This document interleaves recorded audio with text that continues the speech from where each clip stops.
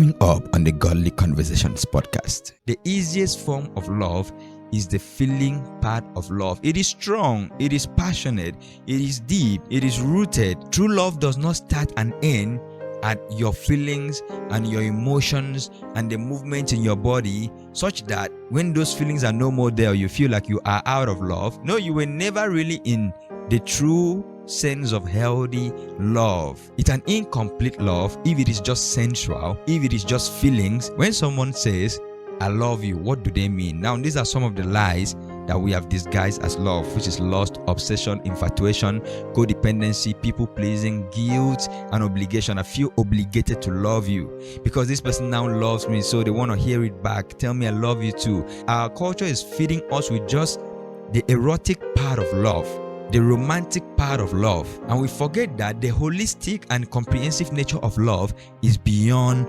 romance. If you are to build a good relationship, relationships can be healed if love is seen in its holistic nature. If love is seen in its comprehensive form, relationships will thrive. People will love each other without having this kind of like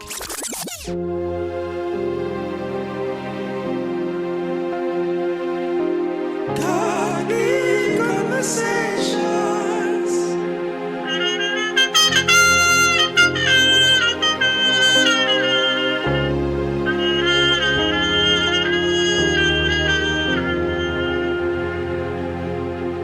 We're saturated with so many voices, inundated in the midst of the noises.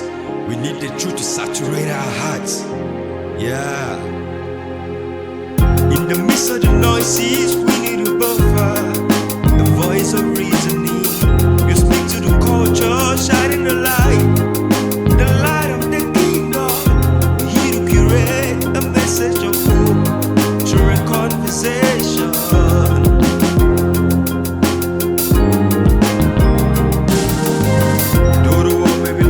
It's not lost on us.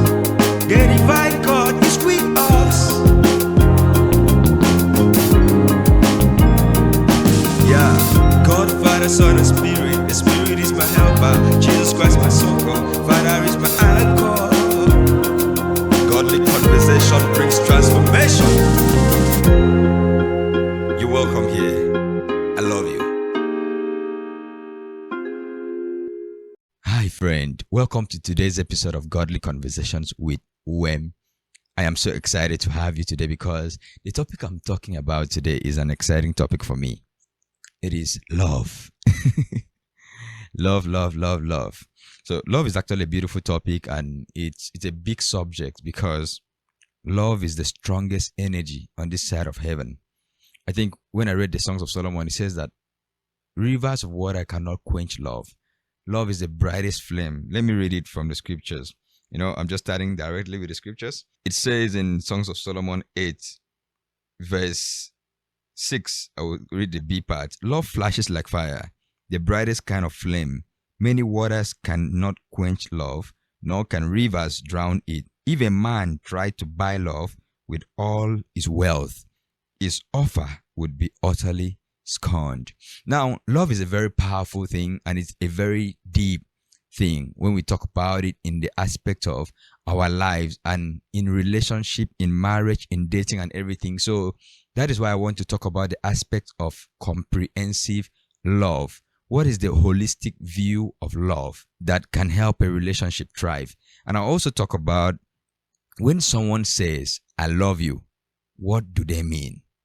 By the time I break down this comprehensive love, you would actually understand what someone might mean when they say, I love you. So also, why is love not enough? So these are the things I want to cover today about love, and it will be more of teaching than sharing of stories. Though, of course, I will share some stories. As the culture of godly conversations, I like to ask how you are doing. So how are you doing today?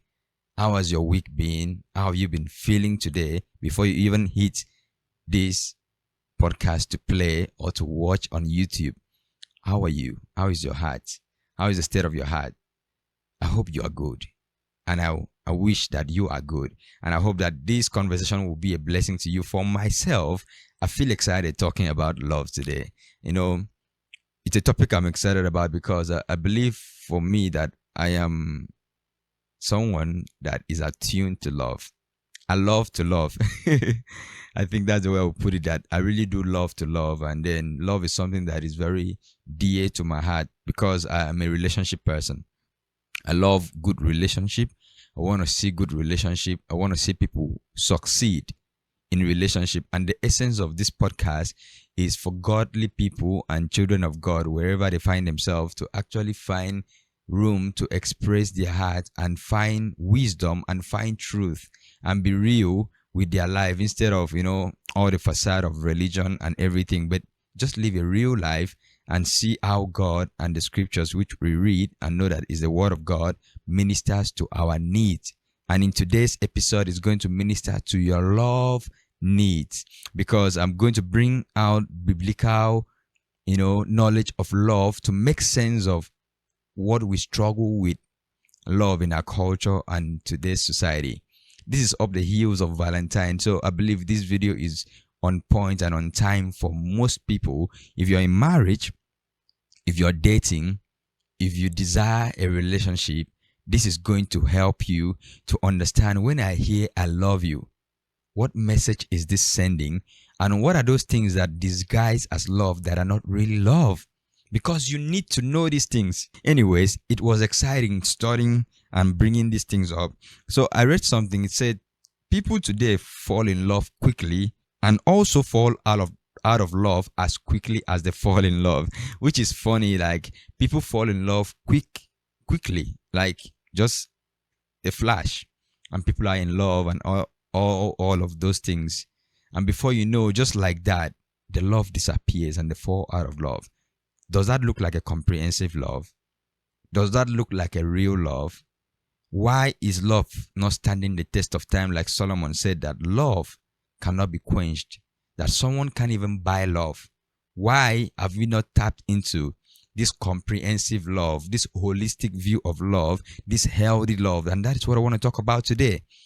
I will first talk about the aspects of what have we said is love that is not love, because love has been misinterpreted, misunderstood, misquoted in so many scenes, and everybody has a perception of what they call love. And I want to bring to you what I call the comprehensive love, which is a healthy way of looking at love, so that you'll be able, if you pick these two, you'll be able to walk in your relationship and find a way to see love as a good foundation for your relationship, so that once you build that good foundation, whatever thing happens, it cannot break down that house, because it's founded on true and healthy love.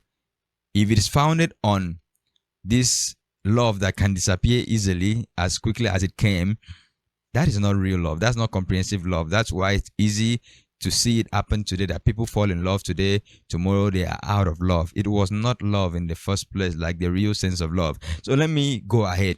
When someone says, I love you, what do they mean? Now, these are some of the lies that we have disguised as love. The number one thing is lust. A lot of people have confused lust to mean love, because lust is a very strong, passionate feeling that you desire someone, but it's a desire that has no commitment in it.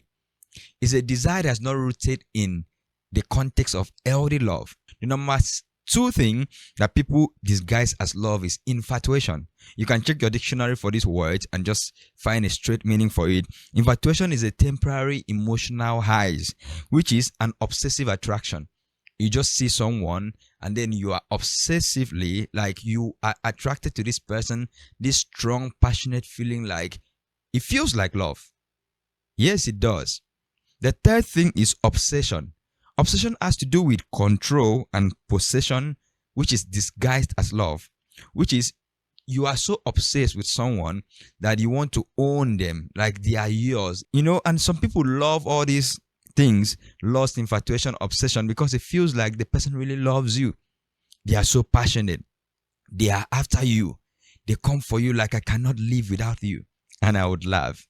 You can't live without me. Or if a guy would tell you as a lady, I can't live without you. Where were you since when I was born? Or maybe you're older than me, or you came later. You were not with me. So now what makes you think you can't live without me?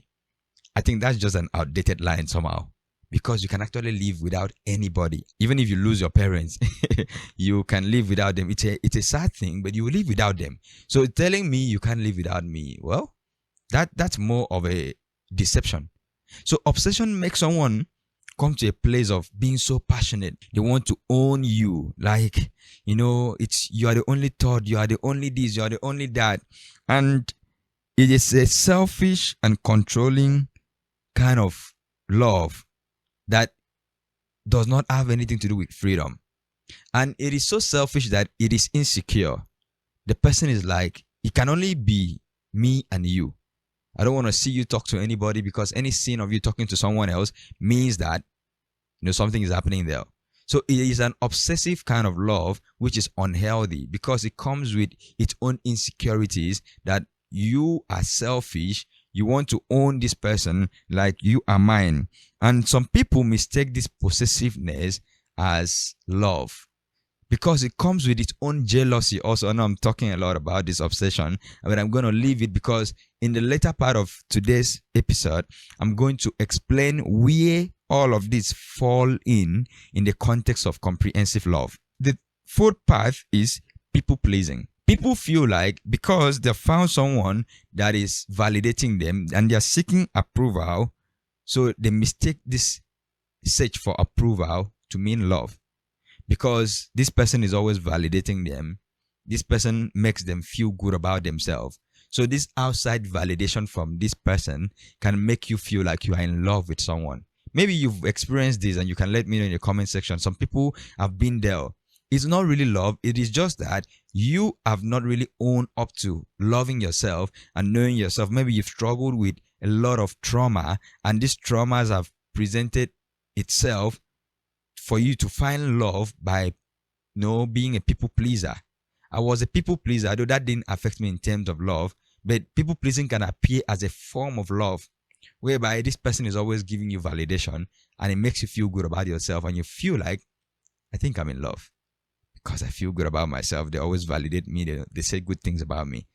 It may not be real love. The fifth thing is codependency. Codependency is needing someone to feel whole, feeling like you are half. So this person feels like it's completing you. That is always the idea people have, which is a wrong mindset about marriage. I'm looking for my better half. God, I don't ever want a better half. I just need a whole single human being who is complete. Because a better half, when they show up with their insecurity, then they were half. Because the insecurity showing up means they were truly a half. And maybe they were not actually a better half, but the worst part of the half. Anyways, but then codependency has been disguised as love. People get into relationship, get into marriage in a codependency situation, emotionally, looking for someone to complete them, looking for someone to make them feel themselves, feel whole. And this is codependency. This is not real love. This is not comprehensive love. The sixth thing is guilt and obligation. It is a situation of someone is saying, I owe you love. And let me explain with an example. Somehow, a man coming after a woman can love the woman and say, I love you. And maybe he's funding the woman's education, paying school fees and doing all of those things, or just helping her out. And now this woman can feel like, because she's in need, she's in real need, and she needed all the help that she's getting from the man. Now she feels guilty and feels obligated to love this person that she doesn't really love. Because she feels like, I owe this person love. They've been so good to me. But you should never do this for love. This is not real love. This is not comprehensive love. You're only loving this person because they have been able to provide for you. And if you be honest, a lot of people have gotten married like this, and they feel like this is real love. Take, for example, if you were able to take care of yourself, you were able to meet your needs, you had a good income, that you were able to settle all those things. And when this man comes into your life, it's almost like there's nothing he can do for you. Then we can now talk about love. How do you receive love in that place? Would you feel like you don't need love again? Or or since they can't do anything, like you don't need love, because you can actually provide everything you need for yourself. You can eat any kind of food. You can take yourself to any kind of place. You can go to vacation. You are well to do. So if you are whole, financially and all-wise, what would you need? Why would you feel the need to be obligated to love someone? What would make you feel that need? And if there's anything that will make you feel that need, maybe it might be found amongst all other things that are disguised as love, which is lust, obsession, infatuation, people pleasing, and the codependency. These are all things that has been disguised as love in our culture. And if I'm right, let me know in the comment. If you have experienced this in going to dating and relationship, let me know in the comment. Don't hide this thing from me. I would love to know. So saying this is for me to lead you to what I call the comprehensive love. And in explaining the comprehensive love, I'd like to share a funny story. You know, growing up in Africa, Nigeria, as a Nigerian that I am, my parents are Nigerian parents.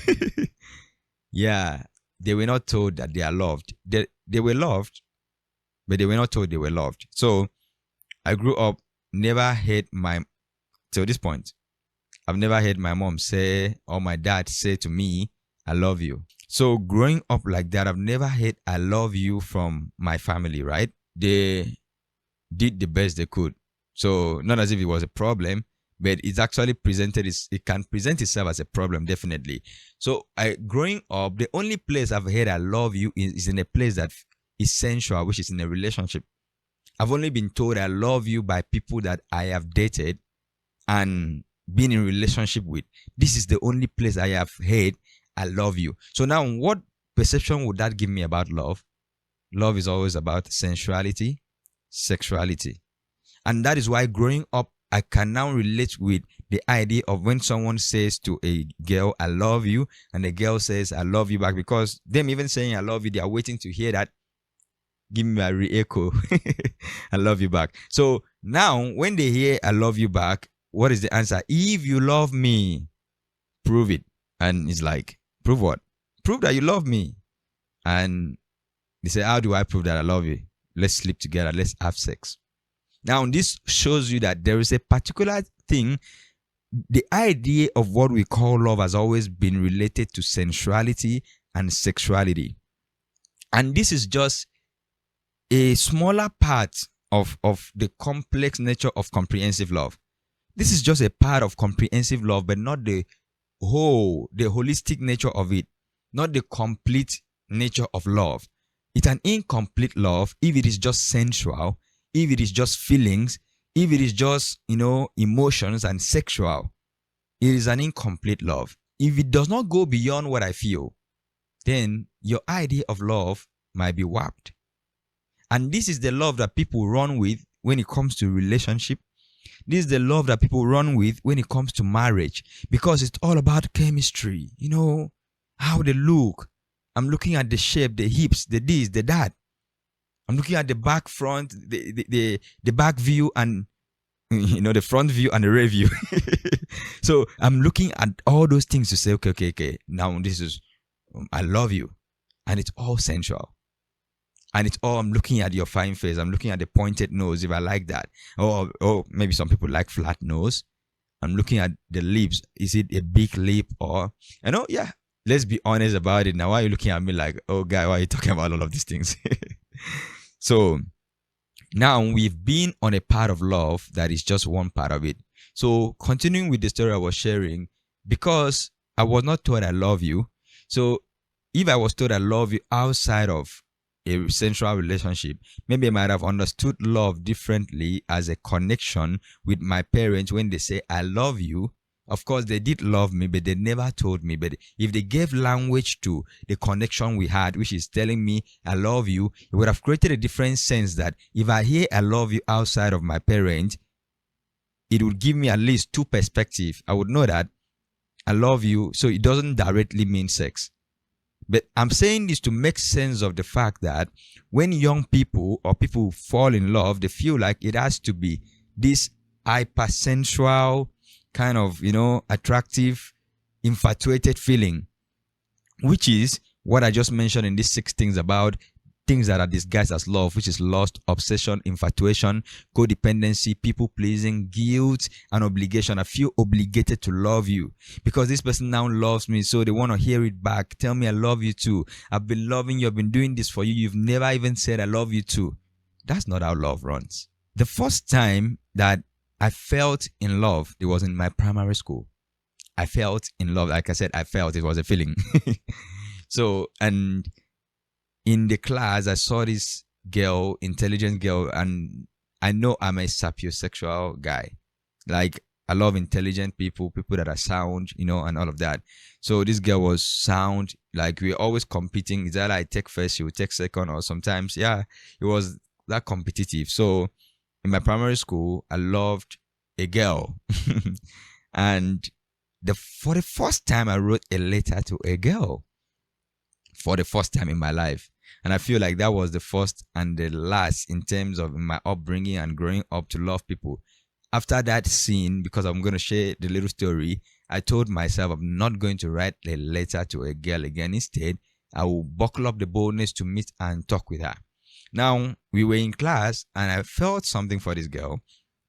I don't know if it was obsession or lust or whichever one, but it was actually a sensual feeling of love. So I felt a connection towards her and I sat down. Of course, the normal way of writing letters those days, I pick up my golden pen from my golden basket and write to you. You are the apple of my eyes, the love of my heart, just expressing how I felt and finding words in the words I used to hear that time. The only cockroach in my cupboard, but I don't think I used that one. The sugar in my tea. So all those sweet things, I wrote this letter for the first time. And you want to know the full story? Gosh. So I passed it down because I didn't have the boldness to give it to her. I didn't know how to slide it down through her back. I was a little bit shy. So I passed it, through the class for someone to pass it to her. Man, I was the class prefect, so I used to write names of noisemakers, and one of my haters decided to disgrace me, and the guy opened up the letter and read, and he bombed me. He took it to the class teacher. Whoa. You could imagine how I felt when the teacher called for me because the letter has been leaked. I was just feeling love and I expressed myself. I did not commit crime. I did not kill someone. Anyways, the beautiful part of the story is that the teacher did something that actually helped my life. And I can't remember my teacher at primary 5, but I'm so grateful to you. I'm so grateful. I am so grateful right now. So I don't know where she is. I don't know how to reach her, but I'm so grateful because this is what she did. She called to me and called the young lady. We are in primary 5 at this point, so I'm above the age of 10, and so she told me like I love you. Like, she was so respectful.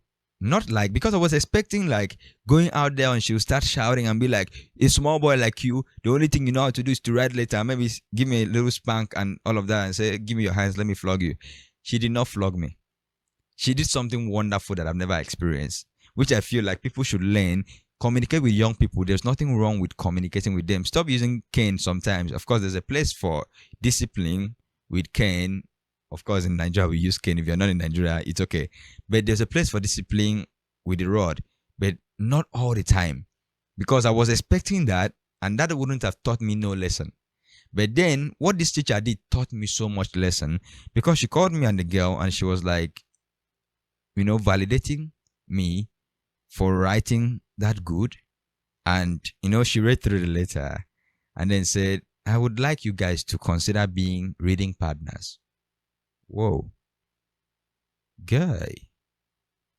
That thing just, I don't know what happened, but it's like all the strong feeling I was having towards this girl just dissolved. Phew.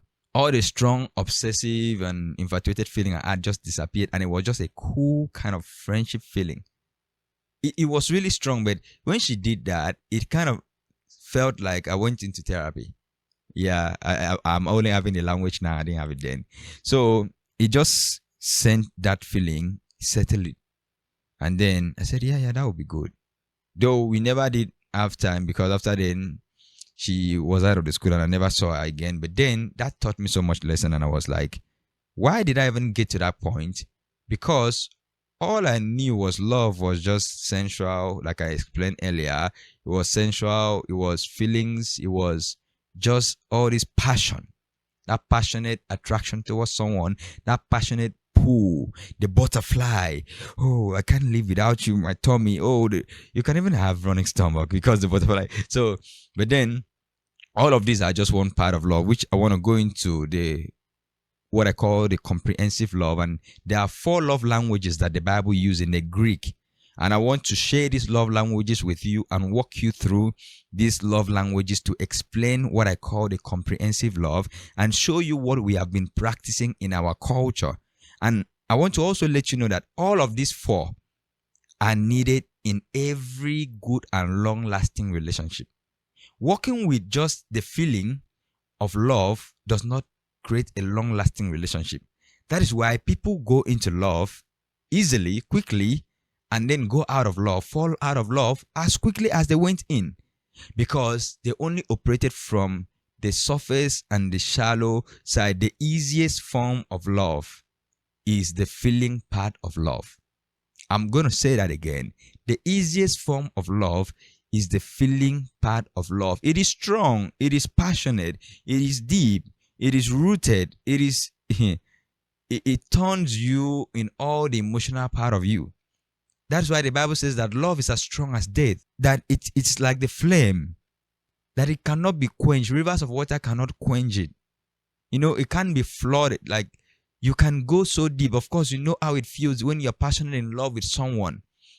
But I want to let you know that if your love that you feel towards a person or towards your partner, your wife, your husband is not rooted in a comprehensive and healthy way, it will be a love that will not last long. It will be a love that is just based on fantasy. Because what our culture keeps on doing every day on the shows that we watch is to feed that sensual love. It is to feed just this part of love that is not holistic in nature. And what I'm endeavoring that this episode of this podcast will do is to, get you grounded and give you a balanced sense of love, that once you come to embrace it, you do good and do well in your relationship. And in conclusion, if you're going to watch this or listen to this to the end, I'm going to talk about why love is not enough, or why people even say that love is not enough. So let's go into it. The 4 languages of love is agape, phileo, the storge, and then eros. I will say it again: agape, phileo, the storge, and the eros. Now, I want to reverse in talking about it. I want to start with the eros. In all the forms of love that I just mentioned, the one that I've been talking about all through with all these things that we have been disguising as love is the eros. The eros has to do with the physical attraction, the physical romantic part of love. In a healthy way, God designed it in a healthy way for it to be entered into in marriage. Because you as a husband or a wife should be able to eros your partner. If not, if you're not romantically attracted to your partner, what are you doing on the bed having sex? Like a log of wood. Why would you be together? Why would you want to have sex with that person? Because you're not attracted to them. The chemistry is not there. The physical chemistry is not there. You are not enjoying this connection you're having towards the person. Somehow, for some people, because they did not have a comprehensive nature of this love, they had picked a wrong form of it, because the eros can be interpreted.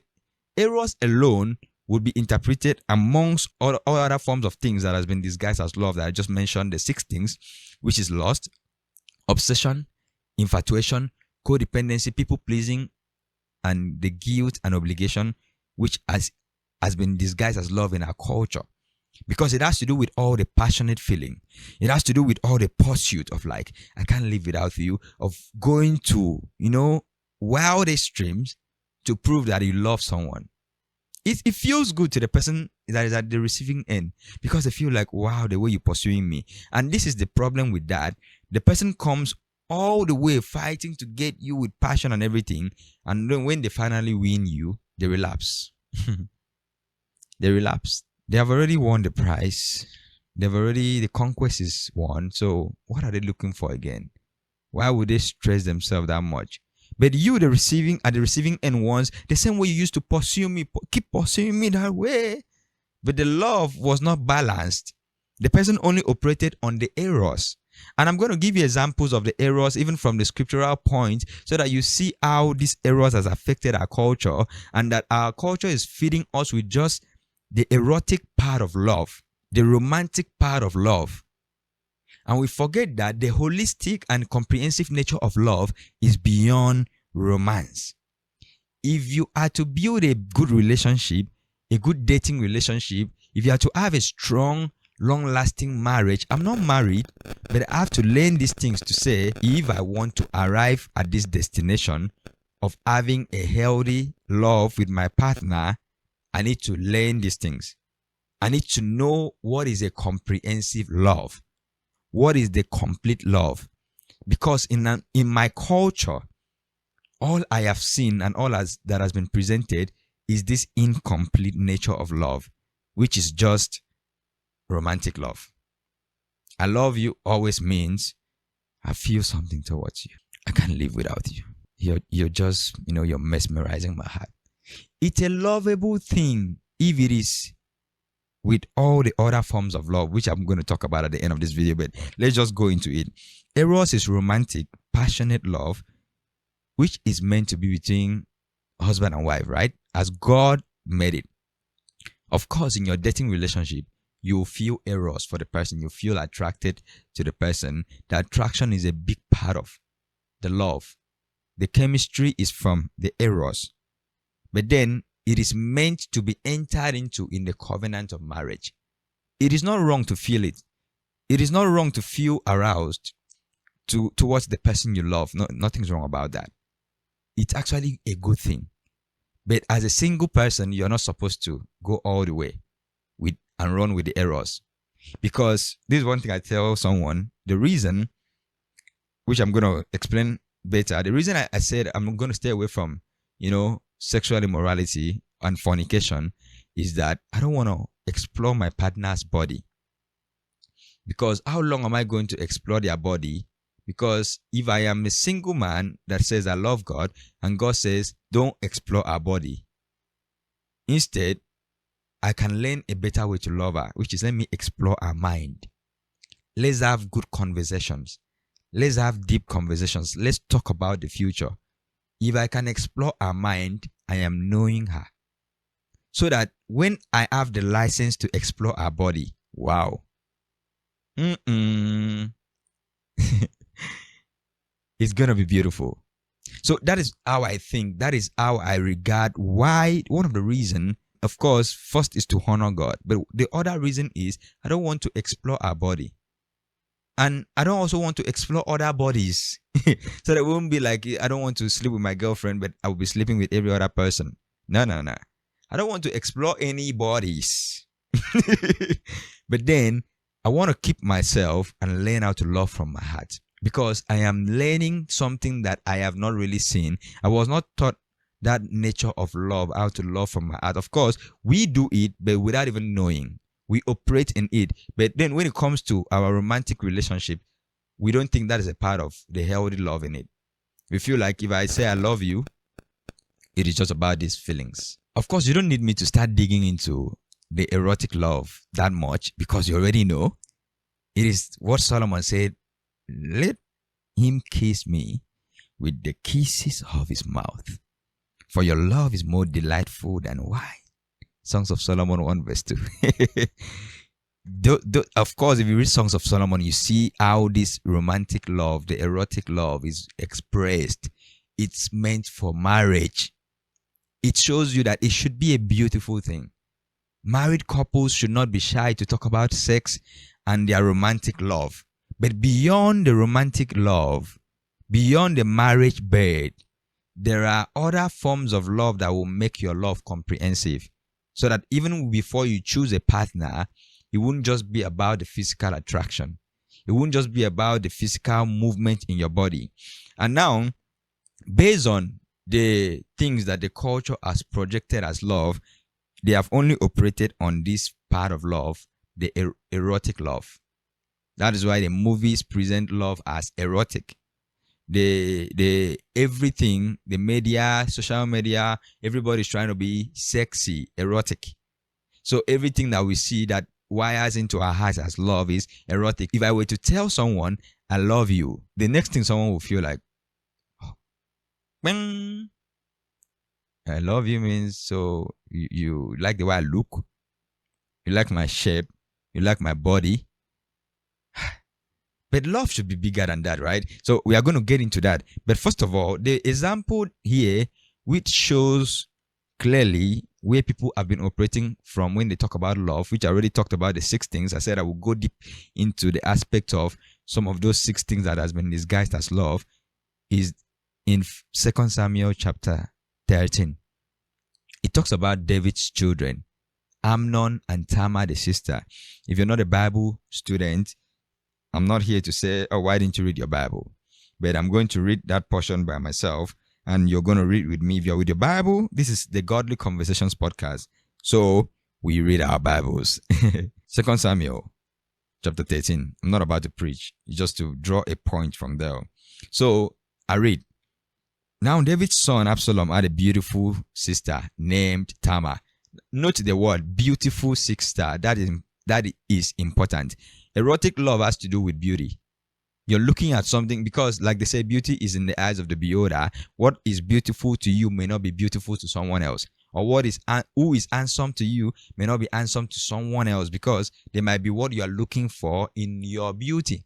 But this one was just a beautiful person, because there are some people that are just beautiful. It doesn't mind the beholder. Every beholder can behold the beauty, and it's okay. So, but then erotic and physical attraction has to do with beauty. So you might be beautiful to someone and they're like, I love you. They are right. And like I said, when they say I love you, what do they mean? That's what they mean. I love you. I love the way you look. You're beautiful. I love you. So they mean what they say, and I feel romantically attracted to you. That is what they mean. That is the first thing. And as I talk about other forms of love, you hear more. And so that whenever somebody tells you I love you, you'll be like, what do you mean? Do you care about me? Or are you romantically attracted to me? Those are the things to consider, first of all. Now, and Amnon, a half-brother, fell desperately in love with her. Note the word also, desperately in love. Whenever someone loves you desperately, that is not a secure love. If someone loves you desperately, don't be too happy. Maybe you might need to research, is this desperate love really a healthy love for me? Because it might just come that quick and disappear that quick.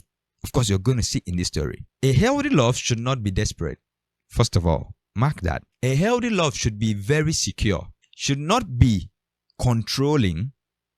It should be very freeing. It should not be possessive and oppressive. It should be a decision, a choice of both partners, so mutual.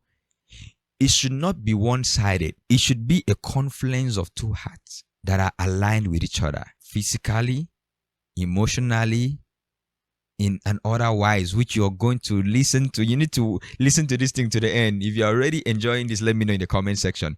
And if this is helpful, let me know and we can go into details. If you need to do a part 2 of this, we are going to do it based on your comment if you need more clarity on some things. So Amnon is here desperately loving his sister, and Amnon became so obsessed with Tamar that he became ill.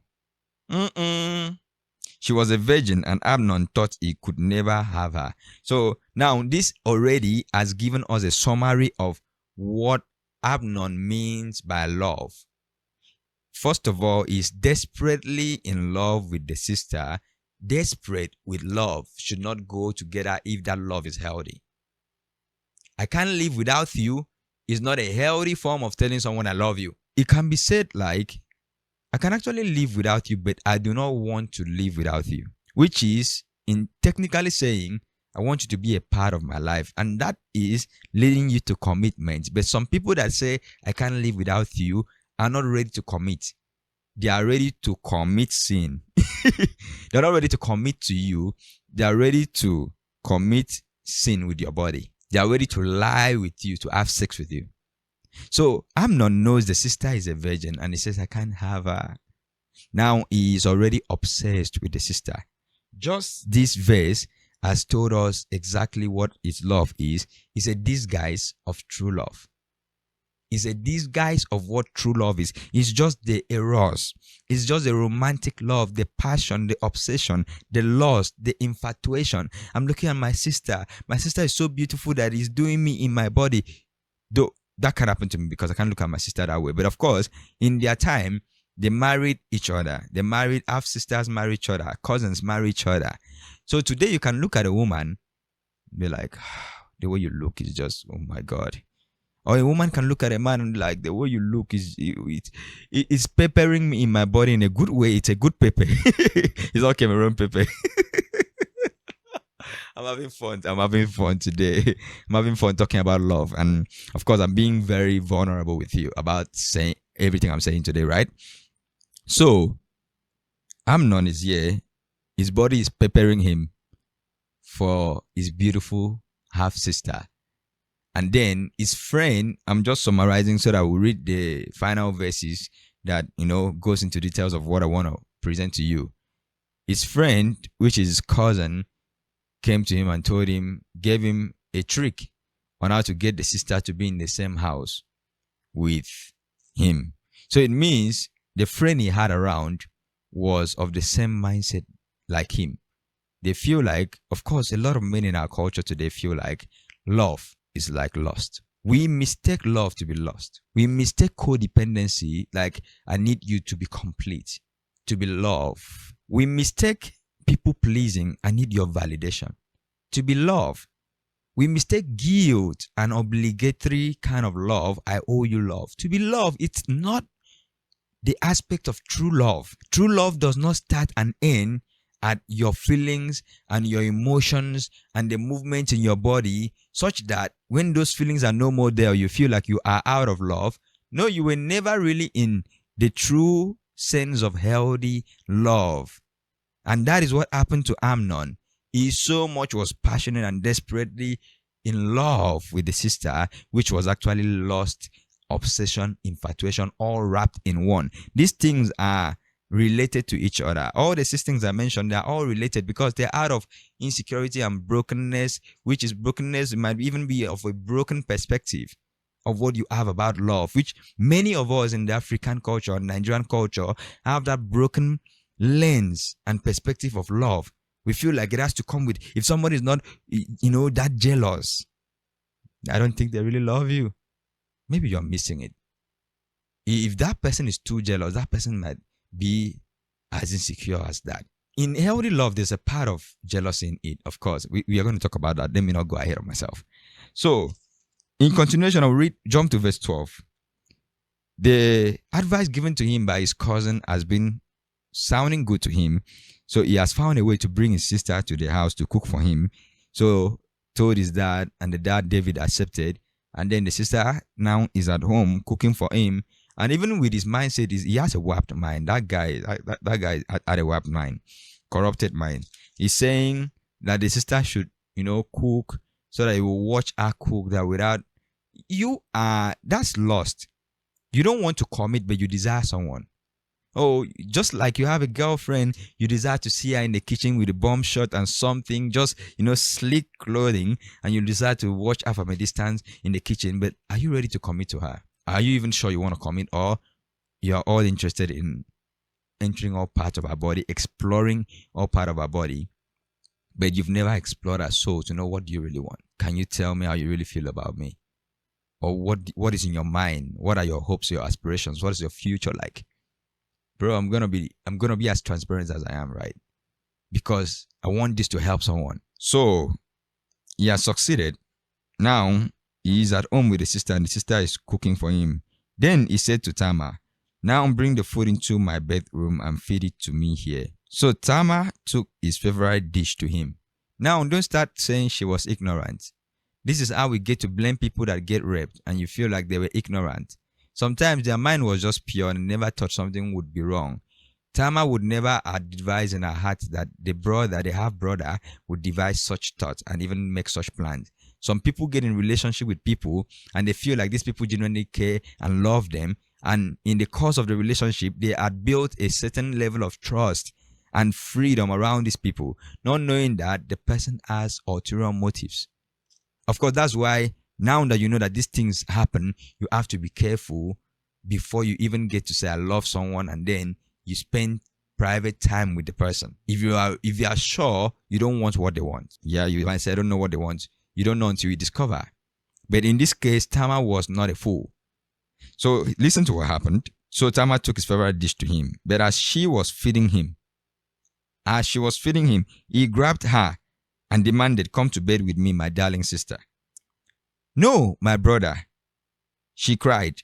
Don't be foolish. I love it. She was so plain with him.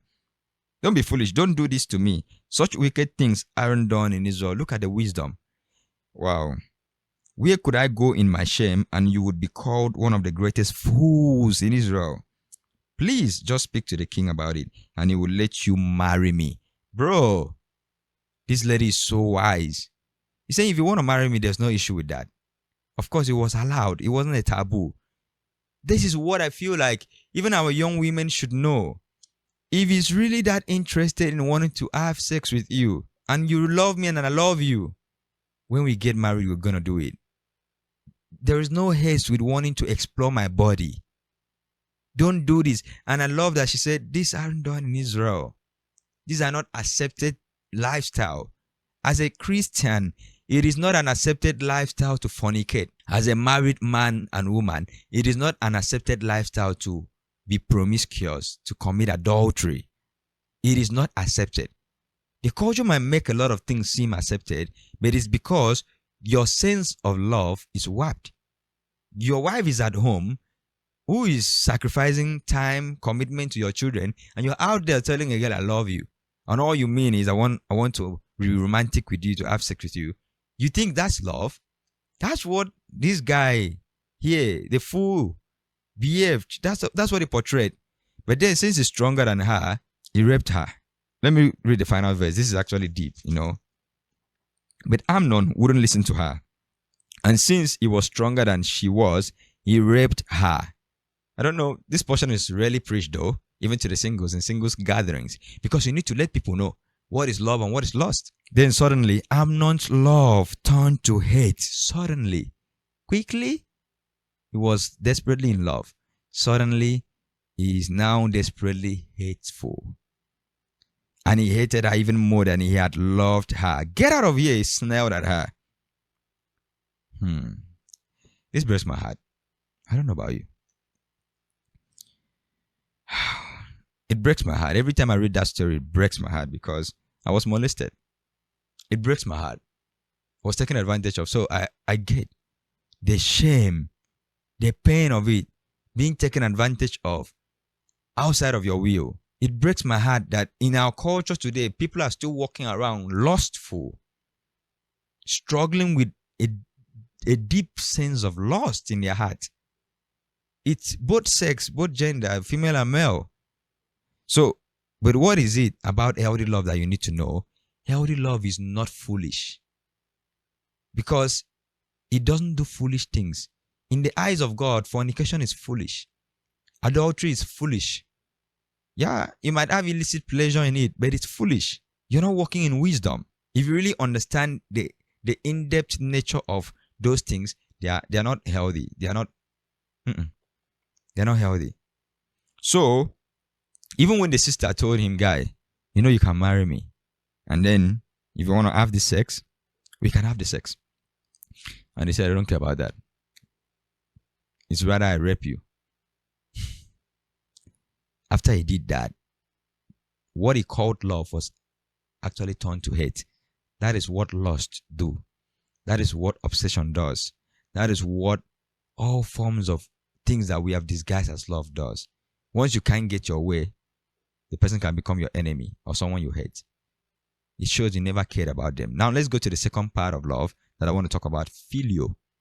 The filial love is an affectionate brotherly love, which is not just brotherly, sisterly love. Like, it's a love that is a friendly kind of love. And it's a love that has not been introduced, that even in your romantic relationship, you need a friendly kind of love. And I'll try to run because I just realized that the time has really been running too. So I can now understand why people say marry your friend, right? But if it is not coming from a place of this healthy sense of love, don't marry your friend because you've made the person your friend to get married to them. Don't marry like that. If there is this sense of deep friendship, affectionate love between two people that has nothing to do with erotism, it's a beautiful thing. Whether it's with an opposite sex, which is, as a guy, I have friends, I have lady friends that I love them. And that has nothing to do with erotism, with romanticism. All the zums. That has nothing to do with my body being pulled towards them, me feeling butterflies when I'm around them. But it's love.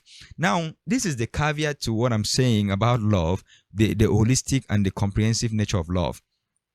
If you do not understand that brotherly love, affectionate love of care towards a person is needed in your relationship, you are only stopping at the erotic love, which is the eros, and then that is all you think about love.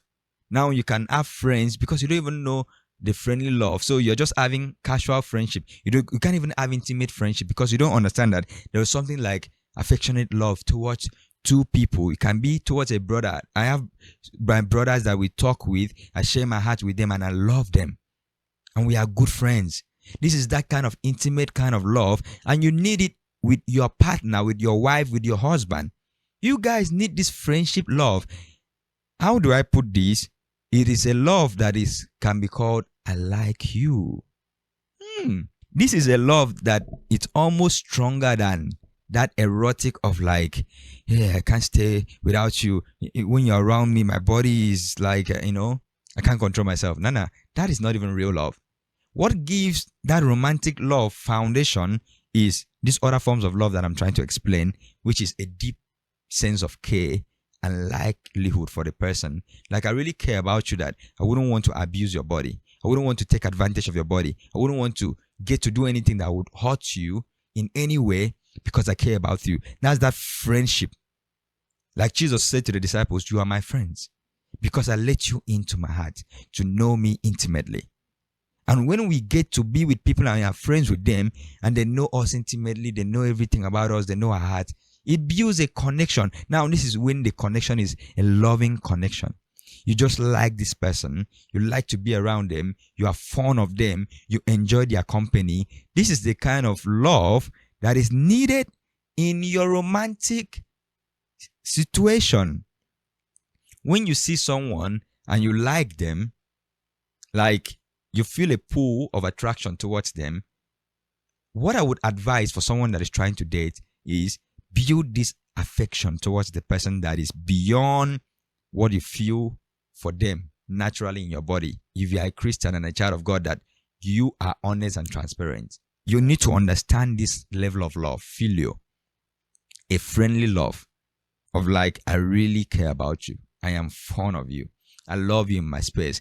If you can build this, and then the romantic part is there, that is a way to go, which we are going to talk about other stages that will make it a comprehensive love. I hope you are gaining something and enjoying this. So now, this brotherly love comes as like I said, and you like the person, you're fond of the person, you care about the person, you just want this person to be okay. You don't want to hear that anything is wrong with them or something wrong has happened to them because you deeply care. Now, a story in the Bible about Jesus and Peter in John 21 verse 15 to 17. Jesus, after being resurrected, Peter had denied him. And Peter had said once that if all the disciples would leave Jesus, he said, I will never leave you. I'm here. I'm your friend. And the three, we went to the Mount of Transfiguration together. We went to pray together. I'm with you. Peter even, wanted to slay someone for Jesus and ended up cutting the hair. So he loves the Lord. But then, when Jesus said to him, do you love me? Peter said, I love you. But if you read in English, you may not really understand, because you may not understand Peter's frustration. Now, the word Jesus used is, Peter, do you agape me? Which is, do you love me unconditionally? Peter said, no. Lord, I love you as a friend. I'm fond of you. I care about you, but as a friend. Let me read it for you, because I really want you to get this comprehensive love that I'm talking about. And then I just hope that it's something that is helpful to you in your love journey, in your friendship journey, and everything, connection with people. So, after breakfast, Jesus asked Simon Peter, Simon, son of John, do you love me more than these? Like John was there, James was there, the other disciples. Yes, Lord, Peter replied, I love you. Now, in the Greek word that Jesus used, do you love me more than these? He used the word agape. And Peter replied, I love you, which is I filial you. I have affection towards you. I care about you. Then feed my lambs, Jesus told him.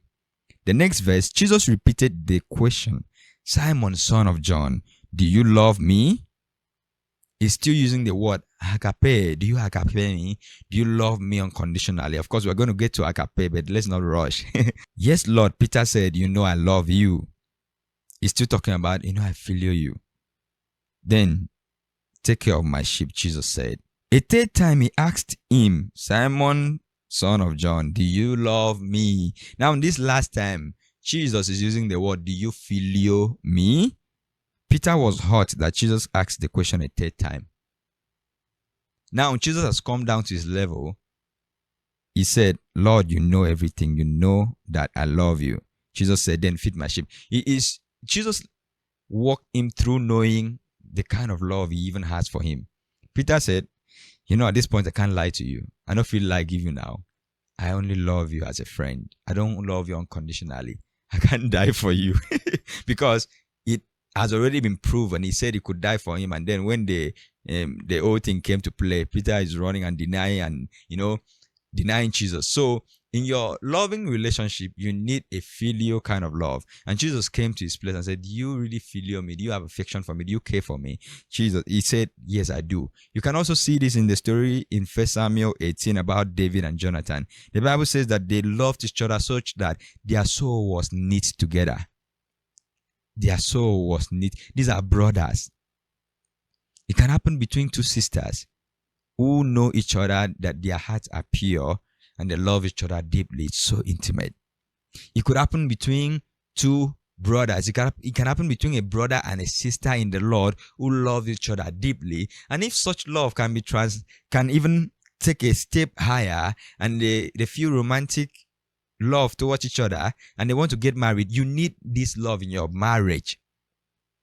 A marriage is never more beautiful when two partners are good friends who really care about each other. They care deeply for each other. So if you are dating, seek that kind of love also with your partner that you're dating with. And when I talk about this kind of friendship, is beyond gossiping about other people with your partner because you call them your friend and it's only gossip.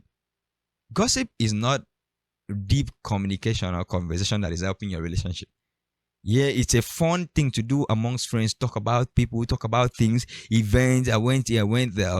You can be doing all of that and think that you're having good conversation in your relationship, but you're not, because they don't know your heart. It's about sharing your heart, your pain. It's about sharing your perspective, your perception. It's about letting them into who you are. That is what builds connection and trust. I'm not going to dig deep into that again. Let me go to the next stage of comprehensive love. The storge, S-T-O-R-G-E. The storge is the family love, the parental affection.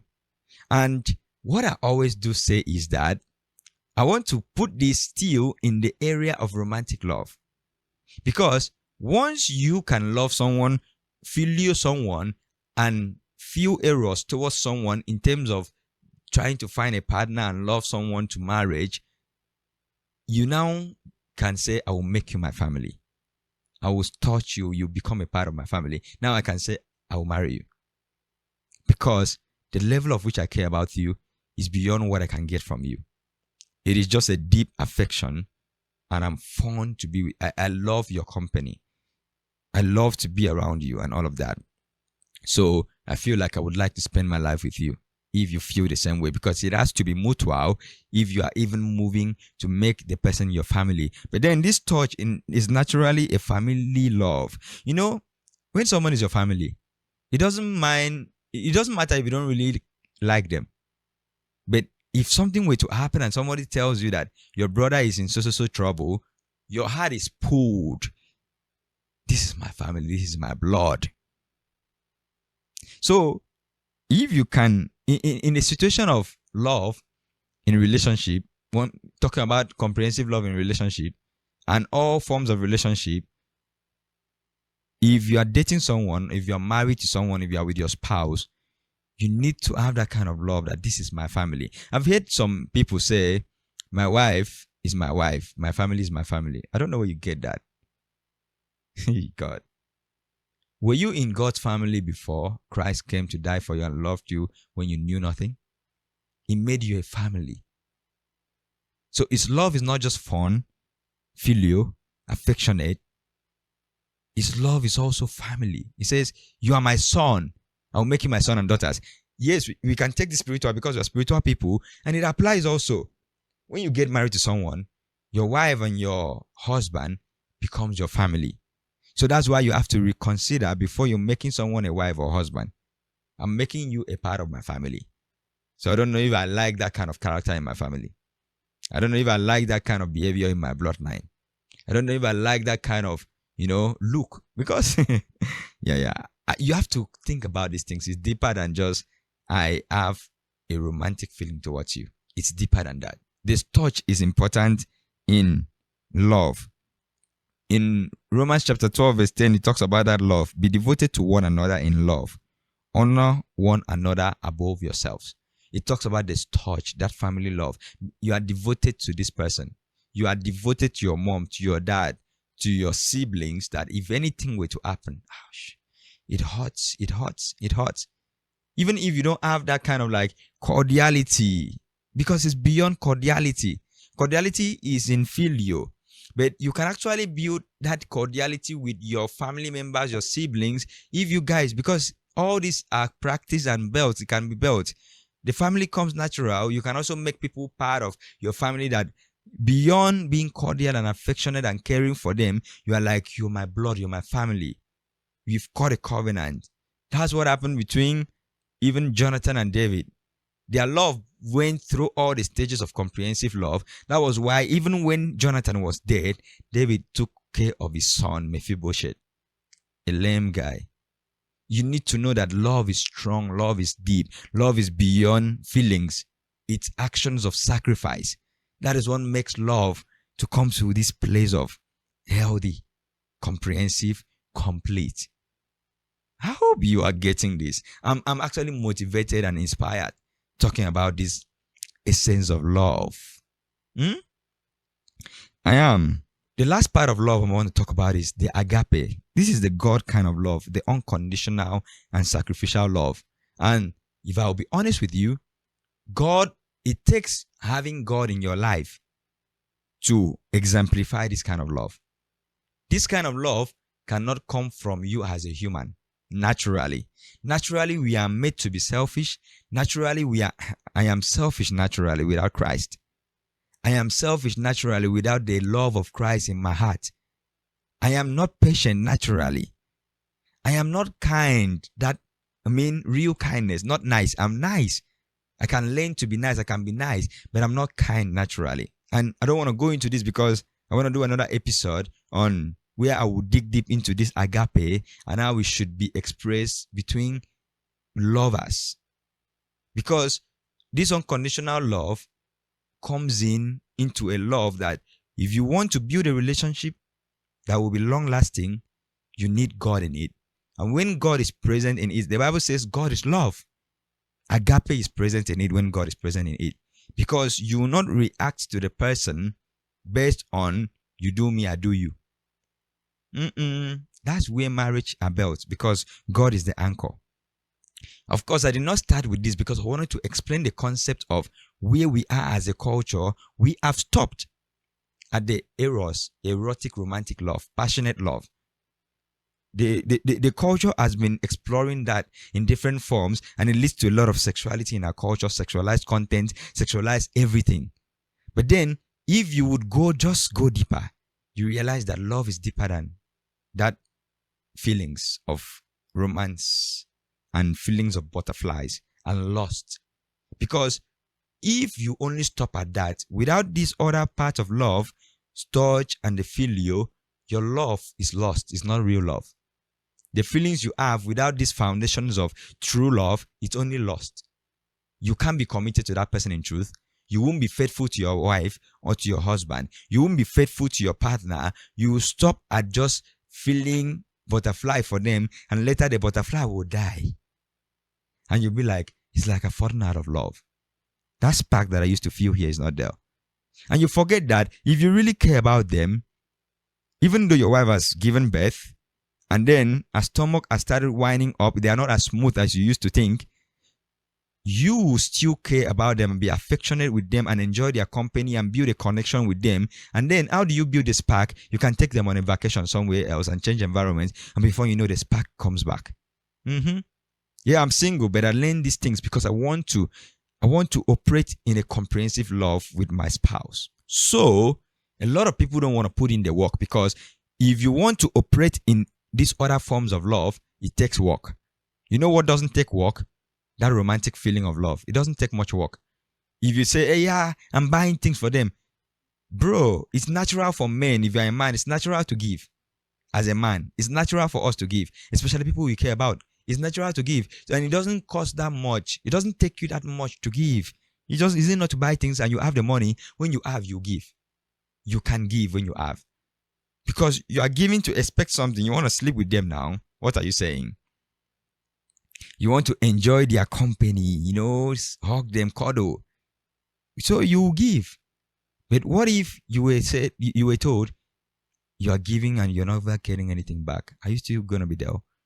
That's where you realize that that eros will fly away. The butterfly will die. And the person's like, okay, I think I can't get what I'm looking for, so let me leave. And now you know what they were looking for. They were looking for that romantic side of love, just to sleep with this person and enjoy the company of cuddle, hugs, romance, sex, this and that. And you never knew that you could be affectionately joined and connected to your partner. Of course, that is why in a friendship that is just friendship, the eros is not even introduced. But you can make this friend your family. You feel the friend, which is you have affection towards the friend and everything. And then you can even come to enjoy this friend's company. And then when God is in that friendship, it can be a kind of love that is very unconditional. I don't care. I just feel like blessing you, being a blessing to your life. And then brothers can have this kind of love like David and Jonathan had towards each other and tell each other, I love you. Like I tell my brothers, when I tell them I love you, the only part that is not there is the eros.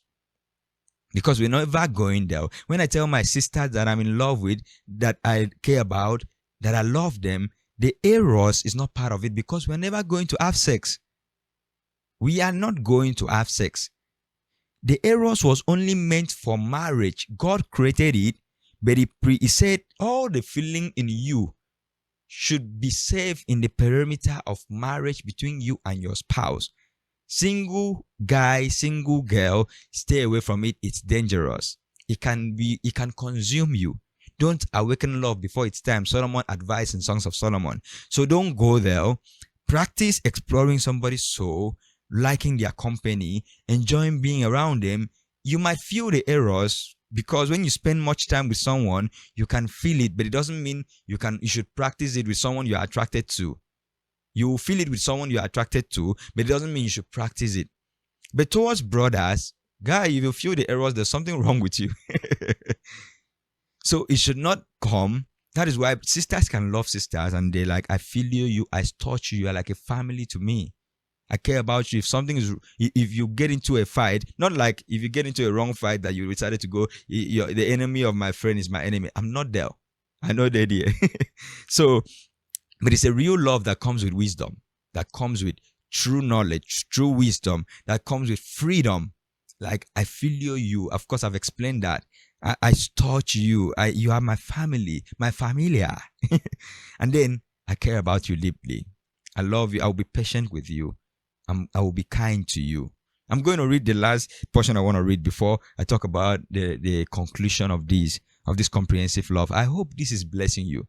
This is well packed. I'm telling you. I know what I'm providing in this episode. It's well packed.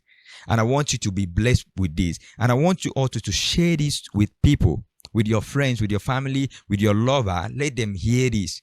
This is my heart. Relationships can be healed if love is seen in its holistic nature.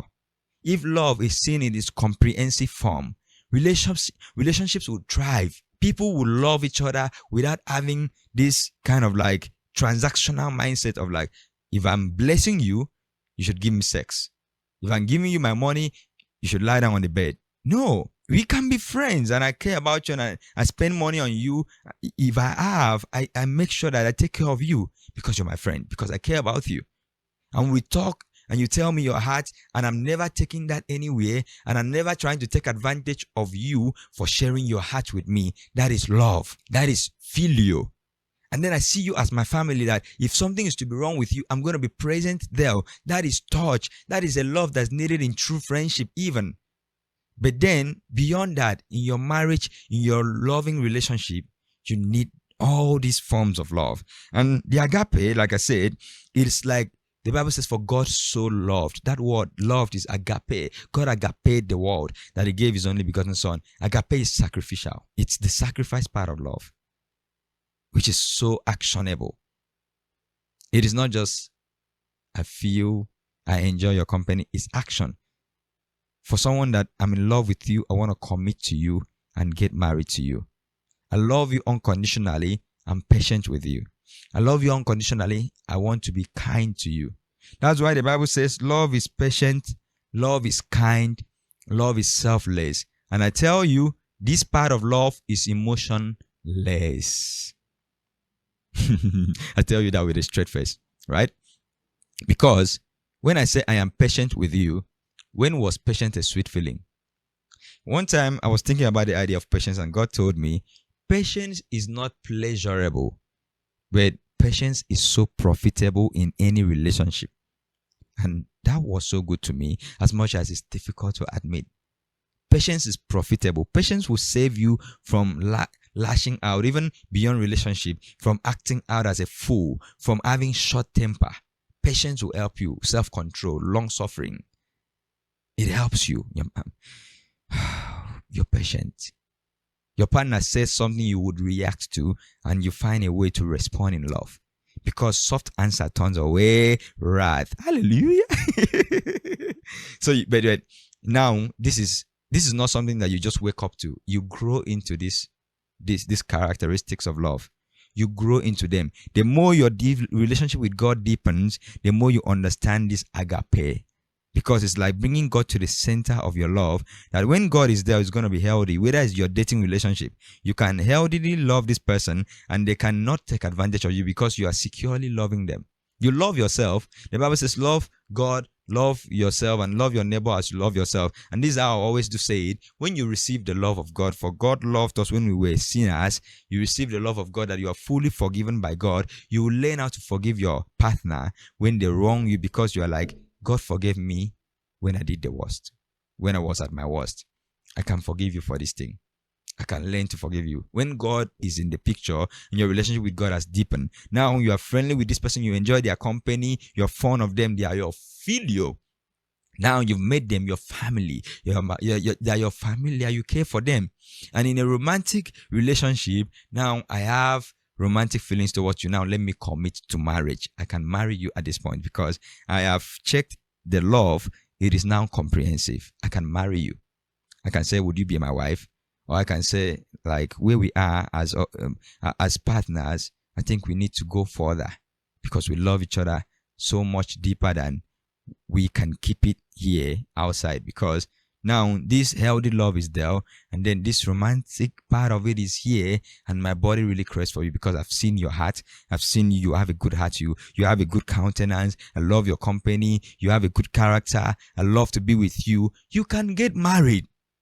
Now this is where somebody will say marry your friend, and I can say now you know who is your friend. You can marry this your friend. Amen. I hope this is helpful to someone that is listening to me. So love needs you to know that for it to be comprehensive, eros shouldn't go first. If eros even comes out in you trying to date someone, it should come out from I feel attraction towards you. There's nothing wrong with being attracted to the person. I feel attraction towards you, which means once the attraction is there, the chemistry is there. If you want to romance them, definitely it's going to work. Don't try it. But if you want to romance them, it's going to work. But now, beyond that, build that filial, that friendship, that affectionate love. Get to know each other. Get to share your hearts. Get to communicate your heart. And then, if it works and you've seen the character and the character is good, now you can say, I feel like I can make you my family.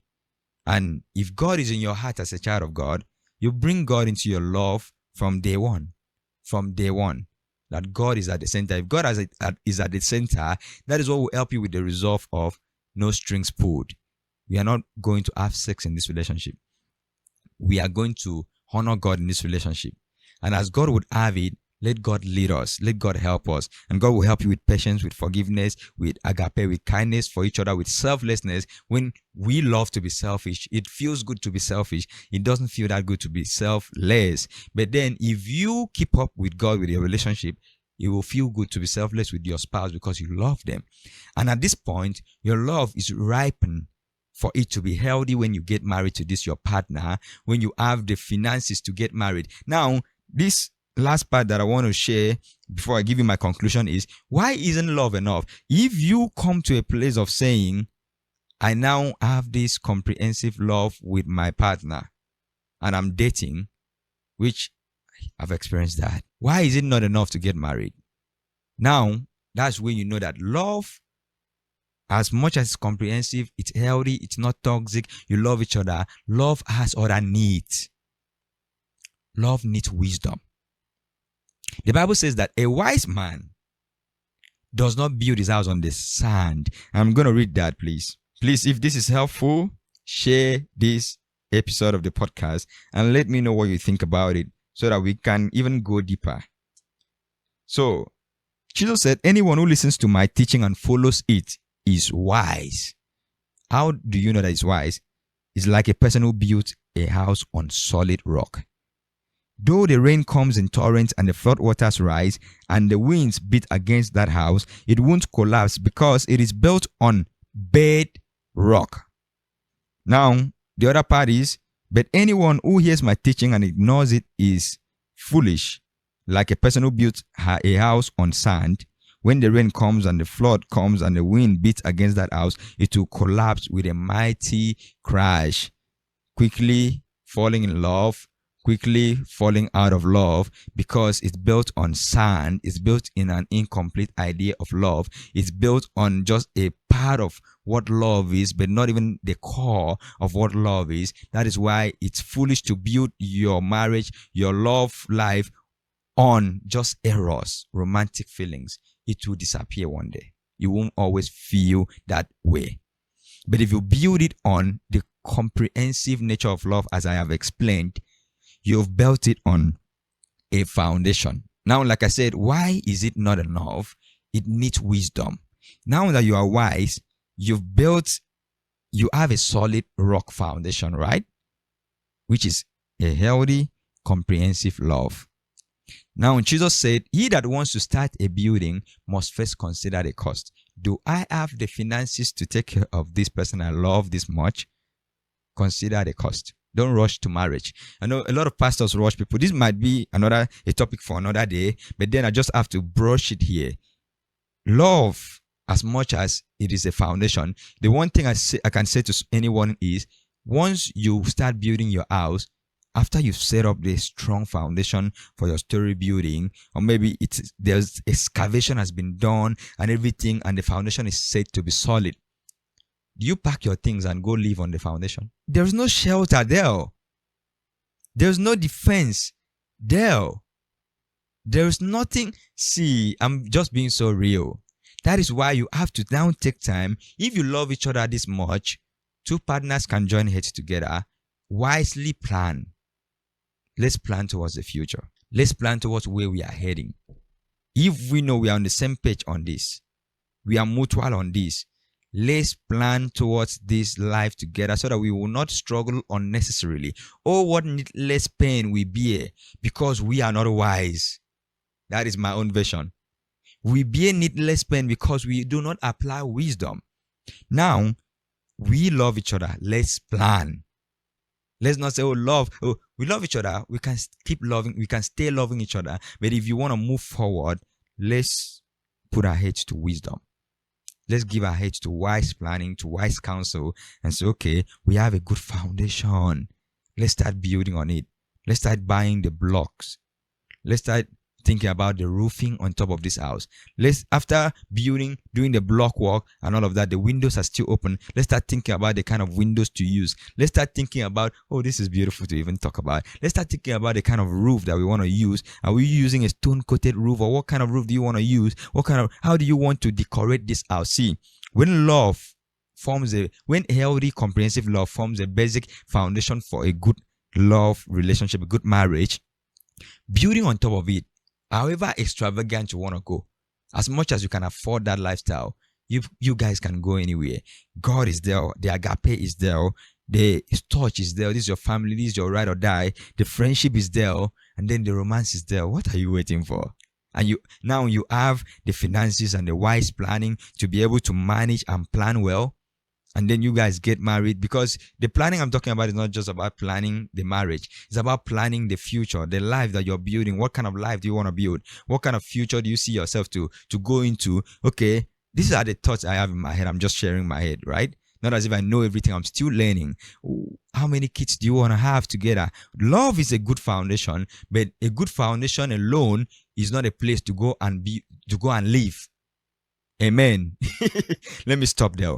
So that is why I said this is the only reason love is not enough. But if it is based on other reasons, I would tell you that people do not know what comprehensive love is. If people are considering only money and not considering building the foundation, they say, don't worry, if there's money, everything will work out. Try it. And when you get your fingers burned, you actually rephrase your statement, and maybe another traumatic statement will come out of that. All men are this, all women are this. You will not still get healthy because your perception is still wrong. Love has to be comprehensive first to build a foundation. Once it builds that foundation, from that foundation you can build on top of it. Every kind of house you want to build on top of it. If you build a good foundation, you can get your good building. You can get your 10-story building if the foundation is steady. So, lastly, in conclusion, agape love, phileo, and the touch are so needed in every friendship, in every relationship. They are the basic. In fact, it's like love is like this is it 3/4 thing? Like it's kind of like, a shape of square, and you divide it into 4. So you can say 3:1. This 1 is the romantic part that completes it if you guys get married or in a romantic relationship. But you need the rest of the 3 to balance it, to make the fitting good. I don't know if you understand what I mean, but you should. So a strong godly relationship requires all these types of love to keep it in balance. And these are the needs of love. Like I said, love needs wisdom, because without wisdom, it will lead to destruction. So don't be blinded by I love you, and then we get to have sex, and then you are just focused on the errors. The wisdom also is for you to be able to build this other part of love to make sure that you're having a healthy love. The second thing that love needs is truth and honesty. And the way I will put it is, when I say truth, I mean transparency, honesty, and vulnerability. True love needs truth to be able to go the way it should go. Yes, you can have all this love in your heart and have this friendliness and have everything, but without the truth, the transparency, the honesty, the openness, the vulnerability, that truth of who you are Without that, your love will actually be destructive. Love also needs commitment. Love without commitment over time will fail.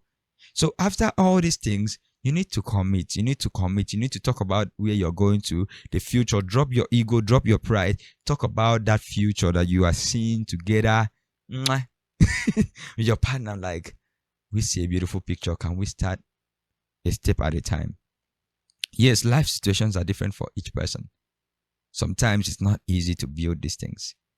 But then it can be so beautiful if you can build something steady and sturdy.